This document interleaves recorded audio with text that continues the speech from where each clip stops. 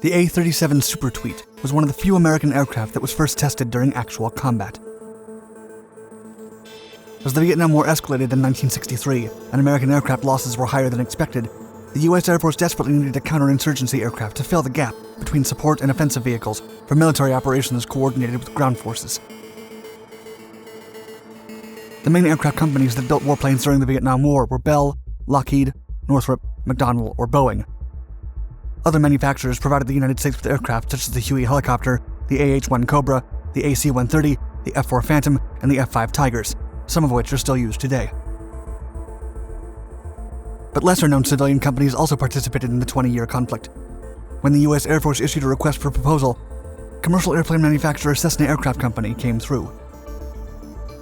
The Kansas-based company produced one of the lesser-known but most effective aircraft of the war. The A-37 Dragonfly, nicknamed the Super Tweet because of the peculiar sound it produced, was a light attack warplane based on the T-37 trainer. Two prototypes were initially created, but because of the urgent need for night interdiction and close air support missions in Vietnam, the Super Tweet was hastily sent into combat.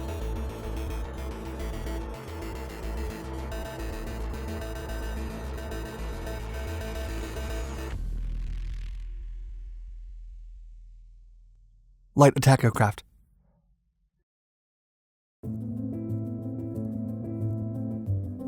During the Korean War in the early 1950s, the U.S. Air Force began experimenting with new aviation concepts for future operational use. The light attack and counter-insurgency aircraft were thus born. Their mission was to serve as armed reconnaissance, air support, and escort for ground troops. These aircraft were not meant to sustain the sheer firepower or supersonic speeds of jet aircraft. Instead, the light aircraft would fill the gap between the functions of a helicopter and a warplane, reaching a middle ground in speed and power. As communism began to spread over southern Asia, including in Vietnam and Laos, American officials realized the importance of light attack aircraft for operational use in guerrilla-style warfare. As U.S. military support increased in Vietnamese soil to push back the Viet Minh guerrilla led by Ho Chi Minh, the Air Force began testing modified versions of the North American T-28 Trojan and the Douglas A-1 Skyraider aircraft for counterinsurgency purposes. Both warplanes flew successfully, but U.S. engineers were hard at work developing an original light attack aircraft suited for the Vietnamese geography and the imminent war.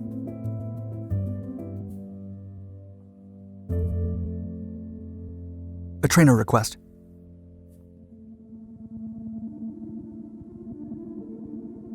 As part of Project Longarm, the U.S. Army oversaw several aircraft between 1956 and 1958 to evaluate if they fit the light attack concept that the armed forces required.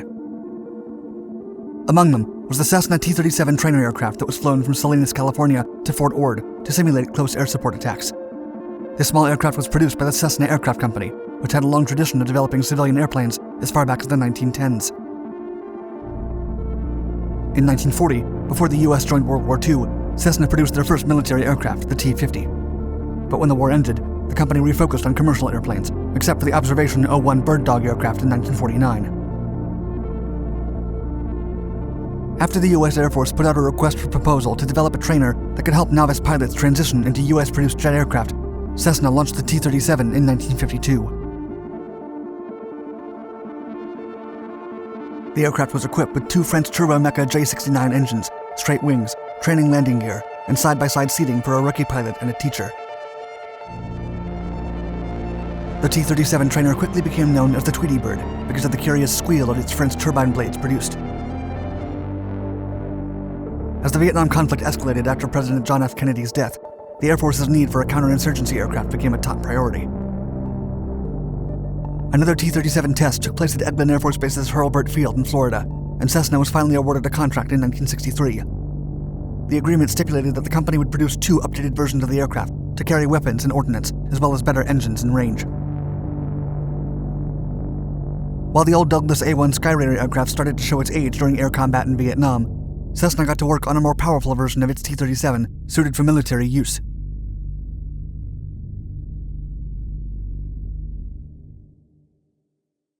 The Super Tweet.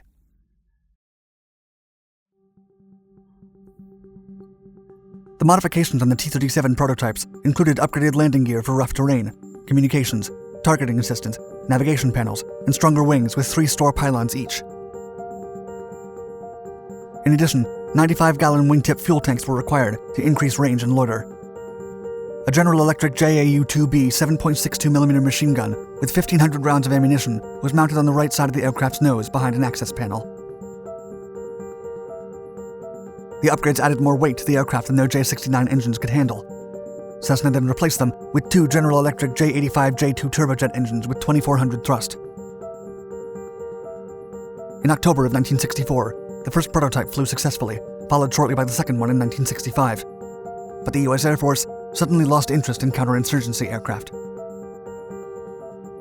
For almost 2 years, the modified tweets were disregarded, and one of them was even sent to the National Museum of the U.S. Air Force in Ohio.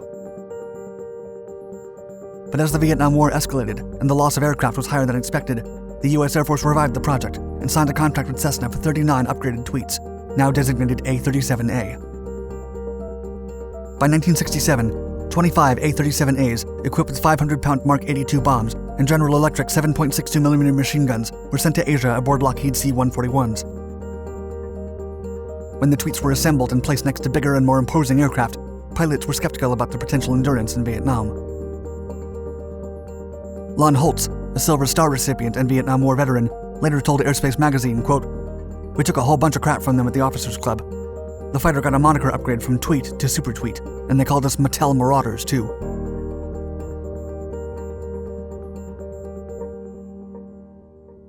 Air combat.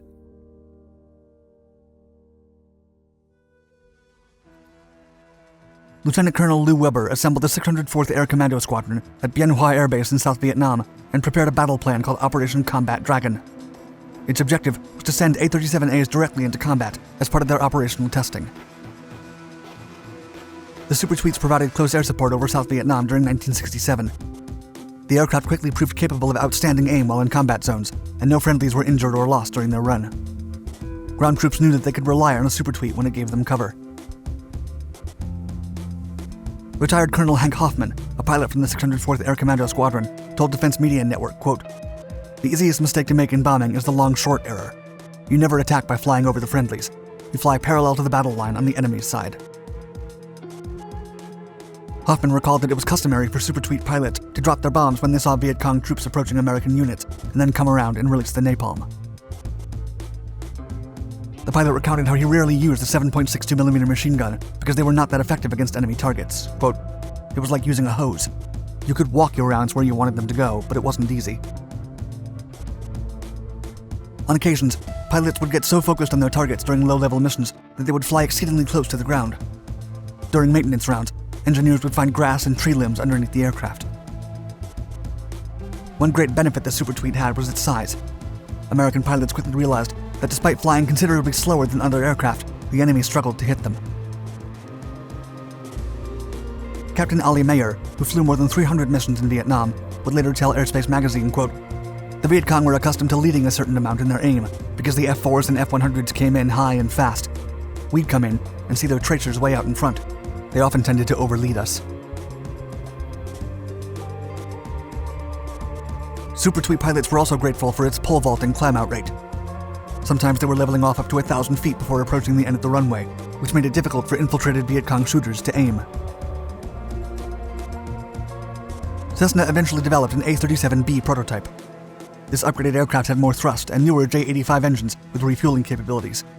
Out of 577 A-37Bs that were built by September of 1967, the U.S. Air Force handed over 254 to the South Vietnamese Air Force.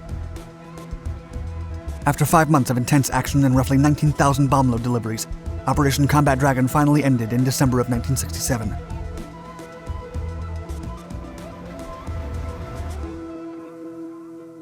Post-Vietnam.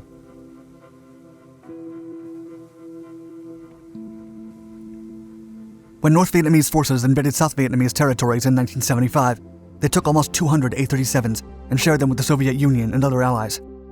Around 92 tweets were eventually recovered by the U.S., but the Vietnam People's Air Force used the rest in missions over Cambodia and the China conflict in 1979. After the war, most of the surviving American aircraft were incorporated into the U.S. Air National Guard and sold to countries with underdeveloped military technology. Some A-37Bs were sold to the armed forces of El Salvador during its decade-long civil war in the 1980s. Other aircraft were operated by Guatemala, Peru, Honduras, and Colombia to fight counter-narcotic operations against drug cartels. Many of the surviving super tweets can be appreciated today at several national museums in Hispanic countries. One aircraft can also be found at the National Museum of the U.S. Air Force in Ohio. When interviewed by American author Robert F. Dorr about the A-37's performance in Vietnam, retired Staff Sergeant Frederick Neumann from the 604th Squadron said that the A-37, quote, was well equipped for operations from primitive airfields and required little of the fancy, high-tech maintenance needed by more sophisticated warplanes like the F-4 Phantom II. In short, the super tweet, quote, followed the KISS principle. Keep it simple, stupid.